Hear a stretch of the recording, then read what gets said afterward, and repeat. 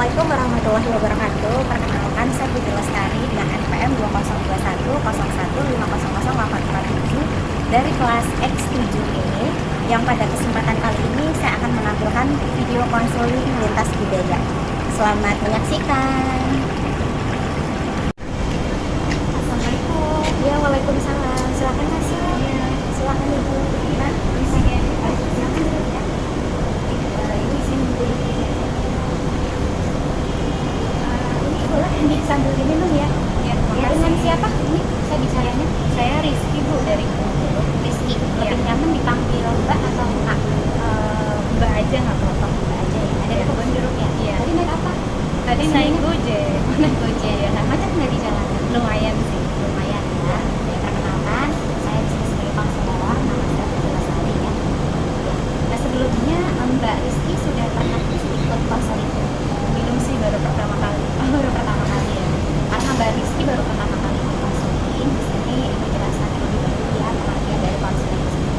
Konseling adalah bantuan tenaga profesional yang diberikan kepada seseorang yang bertujuan untuk mengembangkan kehidupan yang bisa yang terganggu gitu. Nah, konseling sendiri memiliki tujuan. Tujuannya yaitu untuk membantu permasalahan klien agar klien bisa menghadapi permasalahan yang dihadapi. Tentu di konseling juga ada memiliki asas-asas ya. Asasnya yaitu diantaranya seperti asas kerahasiaan, asas keterbukaan, asas kesukarelaan, dan asas pengabdian. Di sini saya sebagai konselor juga memiliki janji konselor, di mana saya sebagai konselor tidak diperkenankan untuk menceritakan kembali nanti apa yang Mbak Rizky ceritakan kepada Ibu gitu ya. Jadi sudah ada rekodnya. Nah, Mbak Rizky sampai di sini yang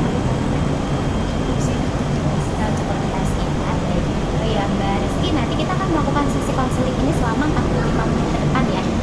Ya. Nah, sebelum kita melakukan konseling agar konseling hari ini berjalan dengan lancar, kita akan berdoa terlebih dahulu ya, Mbak Rizky ya.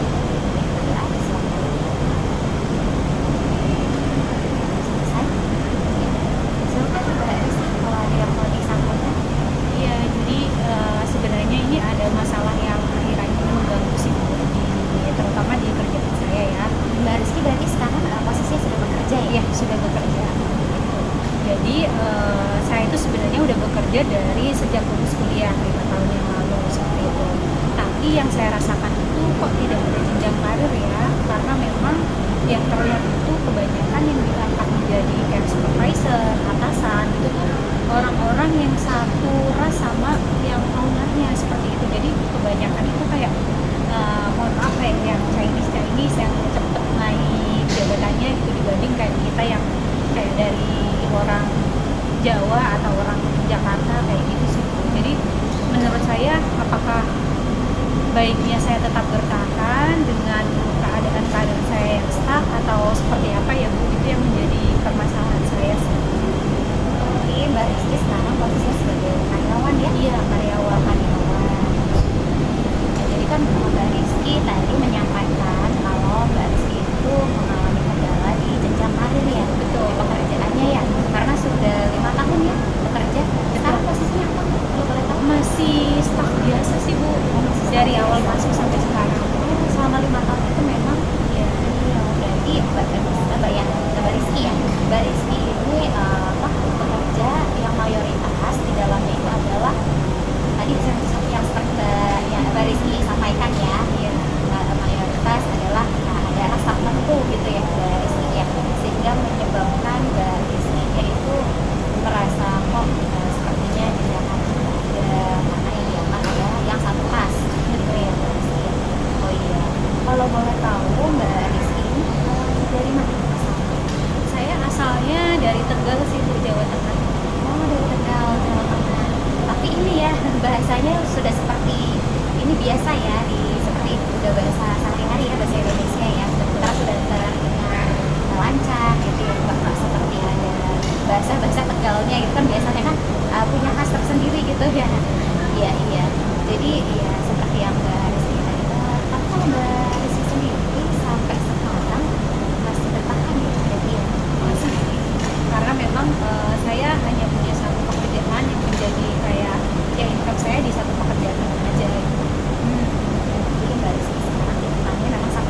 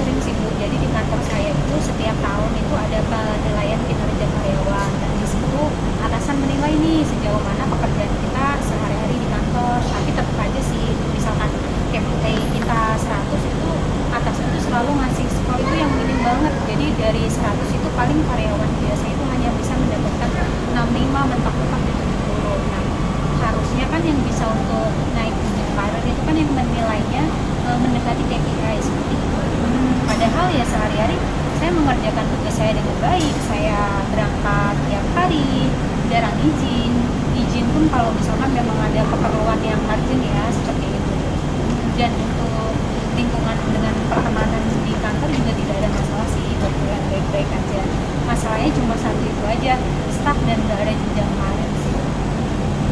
Lalu yang Mbak Rizky rasakan juga selama bekerja di kantor tersebut seperti apa?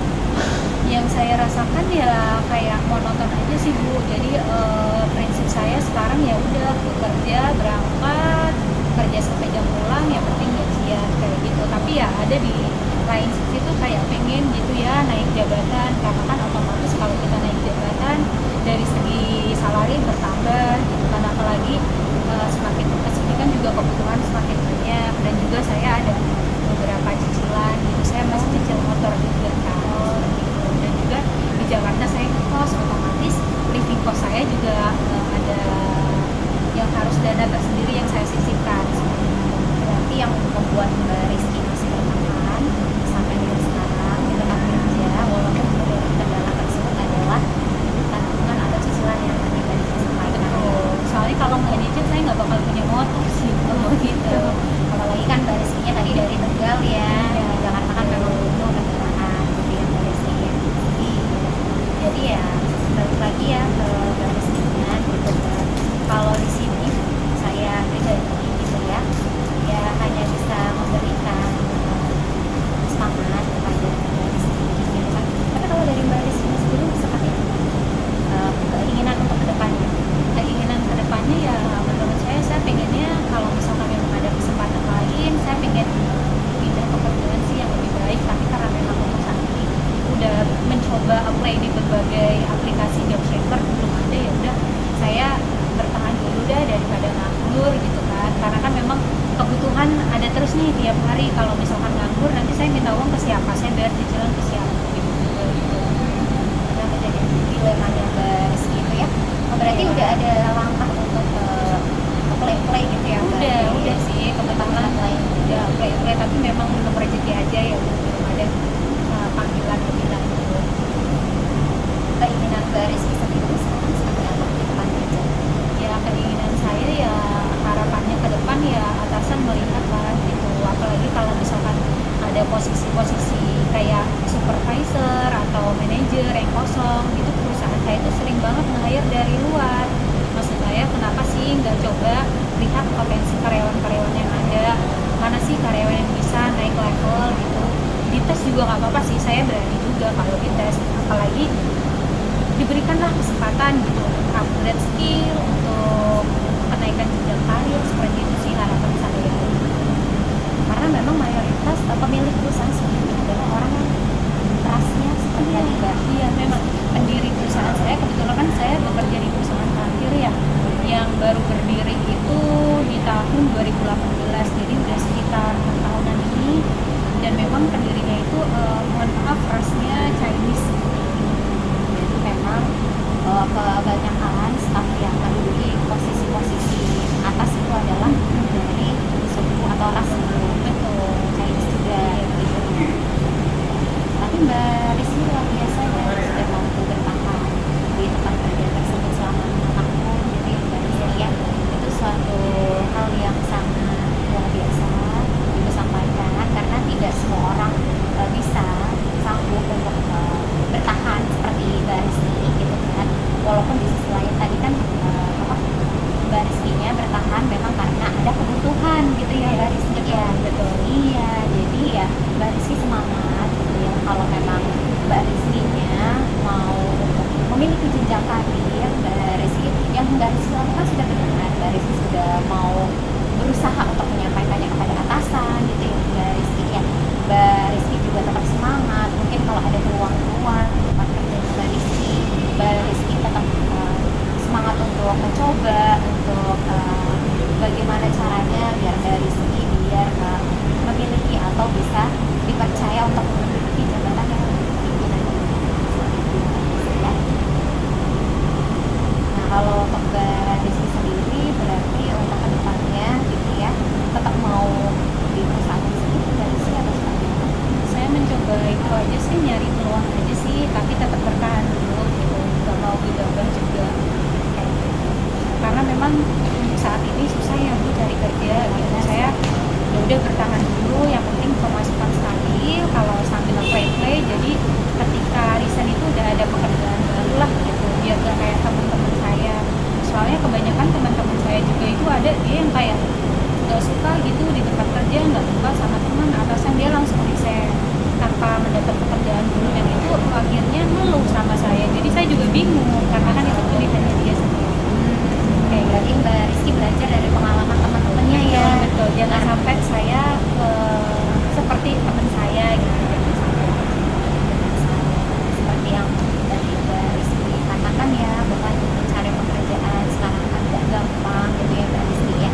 Kalau memang Mbak Rizky-nya mau tetap bertahan, ya Mbak Rizky jangan lupa Mbak Rizky juga tetap harus kerjanya yang semangat, yang ikhlas, jangan sampai apa kendala-kendala yang Mbak Rizky rasakan sekarang jadi malah menghambat pekerjaan Mbak Rizky gitu ya. Nah, jadi untuk kedepannya ya kalau memang Mbak Rizky-nya masih mau bertahan silakan gitu kan, dan Mbak Rizky-nya masih mau tetap play sambil play gitu ya Mbak Rizky ya. Iya, Juga diperbolehkan, siapa tahu ada kesempatan gitu ya Mbak Rizky ya. Bagaimana Mbak Rizky? sih Bu. Kalau misalkan nanti ada sesi konseling lagi nggak sih Bu setelah ini gitu, ada sesi konseling lanjutan? Jadi kalau Mbak Rizky sendiri nanti menginginkan untuk konseling lanjutan ya, kita bisa ada janjian gitu ya untuk pertemuan selanjutnya. Nanti akan kita agendakan gitu ya, Ibu akan agendakan juga bersama dengan Mbak Rizky kembali gitu ya. Nanti kita bisa kontak-kontak langsung. Mbak Rizky, bagaimana perasaannya setelah menyampaikan nih apa unek-unek yang ada di dalam hatinya Cukup gitu? lega sih, soalnya kan curhatnya sama bukan orang kantor ya. Kalau dari kantor kan takutnya nyampe nih ke atasan gitu saya gitu. Jadi kayaknya lebih aman aja gitu kalau saya tuh konsultasi ke konseling. Sudah tersalurkan ya Mbak unek-uneknya ya? Lumayan sih, apa yang ada di dalam hati udah berkurang lah gondoknya gitu.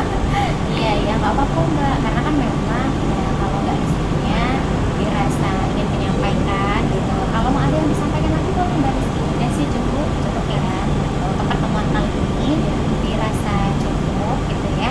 Dan nanti kalau memang di sesi selanjutnya Mbak Rizky-nya ingin melakukan konseling lanjutan, nanti kita bisa kontak di kontak Mbak Rizky.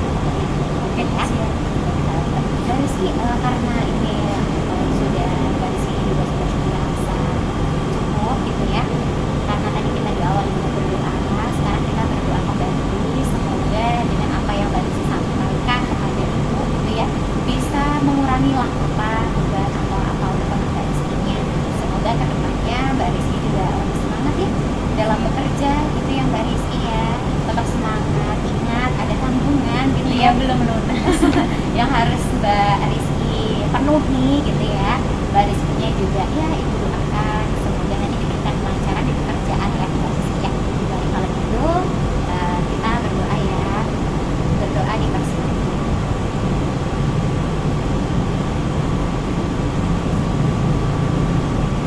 Makasih ya Bu untuk Ya. hari ini. Ya sama-sama Mbak Rizky. Ibu antar ke depan ya. Iya. Mbak Rizky nanti kalau misalkan mau ada sesi lanjutan nanti Ibu WhatsApp ya. Iya, makasih ya Bu. Ya, sama-sama Ya, Rizky. Assalamualaikum. Sehat-sehat ya. Iya. Jalan ya Mbak. Waalaikumsalam. Presentasi konseling lintas budaya yang dapat saya tampilkan. Kurang lebihnya saya mohon maaf. Semoga bermanfaat. Wassalamualaikum warahmatullahi wabarakatuh.